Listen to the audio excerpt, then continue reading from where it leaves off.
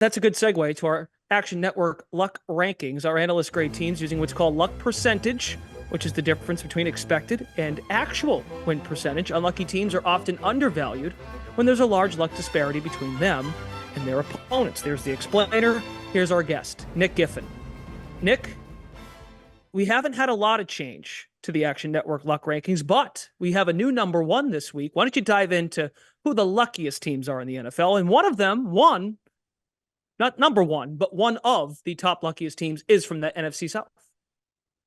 That's correct. Well, not at the very top, not in the top three, but all right, we'll start with them. Number 4 is the Tampa Bay Buccaneers. You're throwing me off here. I could have just said that. I apologize. You're throwing me off here. But yeah, number 4, Tampa Bay Buccaneers is the lucky NFC South team. But right at the top, we have, like you said, a new number 1.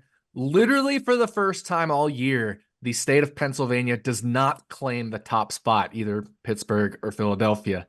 So the new number 1 is the Cincinnati Bengals. And Tim and I, we've been doing Bad Beats videos most of the year. Cincinnati has ranked in the top half in our weekly luck for 9 straight games that they've played. So in other words, not the Bad Beats, they're the lucky team. So that is why now they have risen to the top of the luck rankings, and they face this week the number 2 team, the Pittsburgh Steelers. So the Steelers remain in the 2 spot, and they actually did get a little lucky this past week. They lost 30-13, but the expected score was 33-11. So their luck percentage went up from 16.6% to 16.9%, despite getting blown out. So they got a little lucky there. And number 3 in the luck rankings is the Philadelphia Eagles, who did get very unlucky this past weekend, or I should say on Monday Night Football. They lost 20-17, but our expected score pretty much had that flipped against the Seahawks. It had 20-16 for the Philadelphia Eagles. So the state of Pennsylvania, 0-6 the last 3 weeks. Philly lost 3 in a row. Pittsburgh lost 3 in a row. It's almost like luck has regressed to where it should be. And luck matters. And matter. You say this, it doesn't have the same effect as it does early in the year, but you always say that the luck will catch up at this point in the year. Okay, give me the veggies. Give us the suck. Who's at the bottom? Yeah, well, I'm gonna have a little bone to pick with you, Glash. So the did bottom you not 3. Hear what I said, Nick. The bottom 3 Nick, is the whole NFC week South. to week. I understand the value of this, but this division stinks. Go ahead. No, you don't even know the bone I'm about to pick with you. So, so the bottom 3. In the number 30 spot is the Atlanta Falcons. They're 6-8. They've been closer to an 8-6 team by expected score, but they played a really easy schedule. So if we schedule just that, they're still slightly below a 500 team. Number 31 is the team that just beat them, the Carolina Panthers. Amazingly enough, by expected score, the Panthers have been more like a 2-12 team, and they have had a couple close losses. A 4-win team and a 2-12 team. So yeah, they've had a couple close losses that have hurt them. They should be like 4-10, which isn't great, instead of 2-12 by expected score. And rounding out the bottom, this is the one I've got a bone to pick with you on, Glash. You said the NFC South, whoever makes the playoffs is going to lose. I think the Saints, if they make the playoffs, could pull off a first round, wild card round surprise and win a game here. The Saints, they've played more like a 9-5 team by expected score. Now, even if we don't use expected score, even if we just use their points for and points against and do some Pythagorean expectation on that, they're more like a 60% win team. But, using expectation, they're actually more like a 66% win team. Now, again, they've also played a really easy schedule. So schedule adjusting that, they go back down below the 60% mark, but they're at 58%. They are the strongest team in the NFC South. And by our schedule adjusted Pythagorean expectation on expected score, they're pretty much the same strength as the Eagles. Nick, I'll tell you, take the Saints monster win over New England and throw that data point out. That New England team, they deserved everything they got. That New England team should have beaten the Eagles. Remember that. That is true. That is true. That was a very long time ago. To think about, Glash, how much hope it seemed that we had back in week 1 in that slop fest game against the Eagles. Pretty bizarre to think about. But Nick, so Glash, you done with getting your bones picked at? Yeah, no, I understand, and Nick brings value to the show. I have a hard time with expected stuff when it's December 20th. But It's like we already saw all the expected stuff regress. It's going to continue to regress, in this case, upward for the Saints. That stuff regresses. You're just going off, this is what's happened. This is what's happened. Not this is what we expect in the long run. But that's our wheelhouse. And then you come on and tell us why we're not smart. Exactly. Or we're not, exactly. We don't get it. Yeah. But see, we saw the same thing earlier with the Pittsburgh Steelers or the Philadelphia Eagles. Oh, this is just who they are. They're great. They win games. Yeah, 0-6. It works both ways, Glash. I understand the value as it pertains to betting a team week to week. That's why I think later on we're going to talk more about the Saints team and why they might be the right side this week. I understand that. There you go. I get that. But just, you kind of are what you are at some point. But anyway, okay. The Steelers and the Eagles, who are who they were, and now they're not. All right. I'm putting the kibosh on it. This could be happy hours if we keep this going. I don't try and go against Nick anymore. If you can't beat him, join him. Glash. Hey, when you go to happy hour with the same people for 16 weeks, you're bound to butt heads in every once in a while. Exactly, so let's be fair. Exactly. In week 4, we're all happy, nice. Oh, good to hang out with you. Good to see you. How you been? Well, now it's been 16 weeks, and I know what your spiel is, and you know what my spiel is. So that's part of the camaraderie and why we all come together here. So keep going. Yeah, it is true. The math, I've just surrendered to it at this point. Nick's a smart guy. So I agree. Unless you're gonna beat Glash, kick his teeth in any longer, we can move to our luck overs and luck over and luck matchup.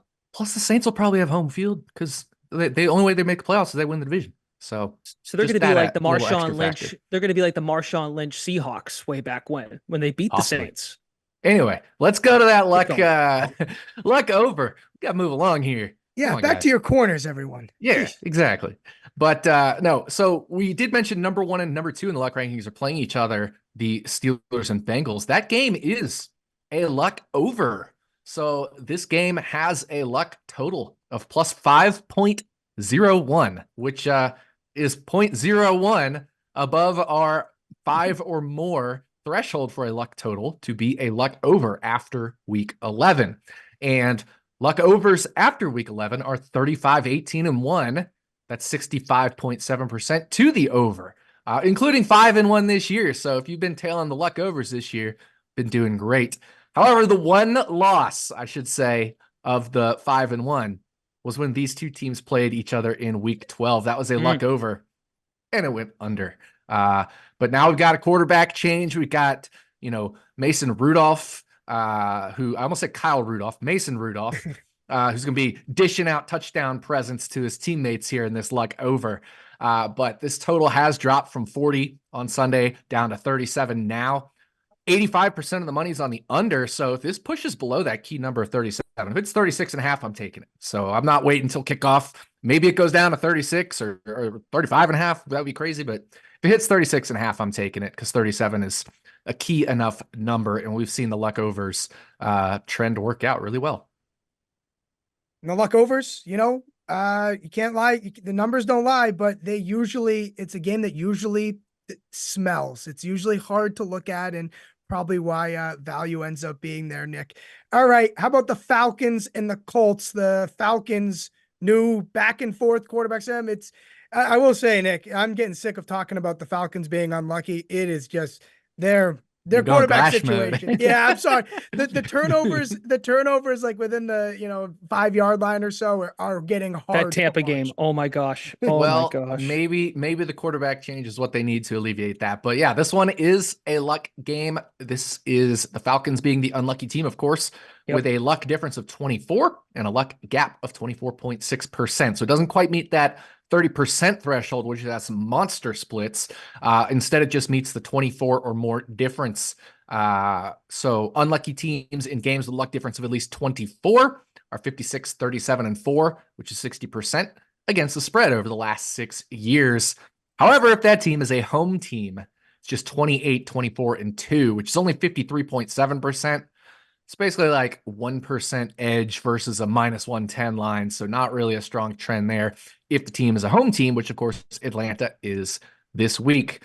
The Colts are coming off that big win versus Pittsburgh, though, and Atlanta is coming off a loss to Carolina. So public perception, recency bias could be skewed against Atlanta and for the Colts here, which may be pushing potentially this line far enough in the Colts direction that it becomes bettable, but I'm not quite so sure.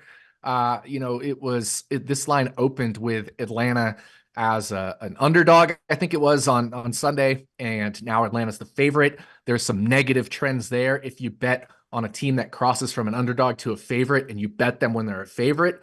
So I don't love, because Atlanta's at home and now they've crossed over to being a favorite, I don't love backing Atlanta here. Taylor Heineke announcement, maybe that changes things. But if Atlanta goes back to being an underdog, I could get behind taking them in this one. Would you play just Atlanta on the money line, or would you obviously want a better price? No, I'd want a better price. So, Okay. yeah, these trends are against the spread, and I like making my spread bets, especially if Atlanta somehow crosses back over to being even money or an underdog. And to be clear, you prefer Heineke? It's tough for me. Sean may have a better opinion on that, but Ritter, Atlanta's been really good at moving the ball. They've just, as Tim alluded to, struggled in the red zone mightily. Turnovers, settling for field goals, fourth down failed conversions. So that's why they're so unlucky. They can move the ball. They just haven't been able to finish out the possessions. I don't necessarily think I prefer Heineke. I think it's close to a wash, which is why I still want to get Atlanta back to being an underdog here. Okay, very good. Couple more from you, Nick. Luck unders that meet the criteria. Yeah, we've got 2 luck unders that are below minus 7.5, which can throw a reverse signal and go towards the over. However, the 2 we had last week did stay under. But the first one is Washington versus New York Jets. It says a luck total of minus 8.8. And I don't mind the under here. The Jets defense is good enough that they can slow down this Commanders offense, which, while they do throw a lot, they also turn the ball over a lot. And so I think the Jets can make it difficult on the Commanders. And the Jets offense is so bad that, the Commanders defense, which is also so bad, may actually have a chance at just, holding them to fewer points here. Miami, New York Jets went under last week, under the total. And they went under the expected score total. Wow.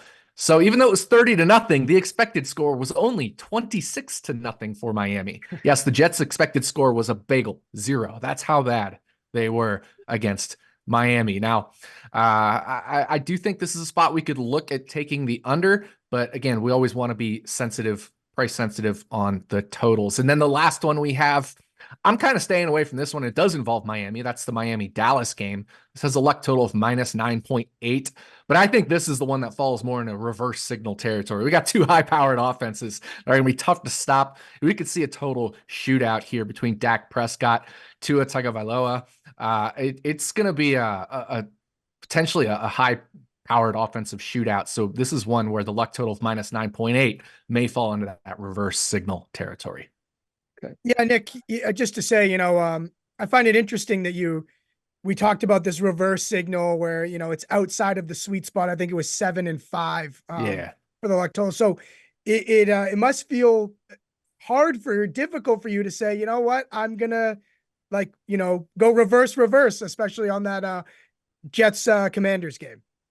Yeah, it is hard to go reverse on the reverse, but it's still when I give the luck unders trend for the whole year, these games still fall into that luck under. It just so happens that really late in the season, there tends to be that reverse signal, but not, some of those games still go under. So you just kind of need to evaluate each game on its own merits, whether you think it's a real luck under or reverse luck under at this point with these super negative luck totals. I would imagine, too, for the Miami-Dallas game, you got to keep an eye on Tyreek, got to keep an eye on Waddle. I think Waddle's fine. He'll play. And I think Tyreek probably does, too. But Tyreek Hill, I think the reporting is he will not practice. He did not practice today, and status remains uncertain. That's a big deal, right, as it pertains to an under? Definitely. Tyreek with his explosive playability would very much affect the total. Fair enough. Okay. You know, Nick's talking.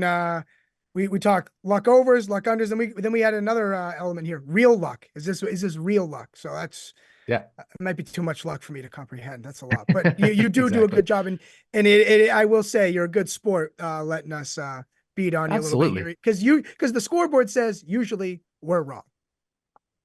Well, I would like to take credit because I think when we go back and forth like this, it gets more out of Nick and it Yeah, reveals it's true. more about his data model. So you're welcome. Yeah, Nick. when And thank you guys give me the hard time, we get really awesome things like you two looking like clowns and that kind of stuff. So He's never going to Glash, let that go, Tim. He's I gonna would love that. I would make, since we're betting company, entertainment company, I'd make a bet 365 side bet with you on the Saints if they make the playoffs, winning their first round game.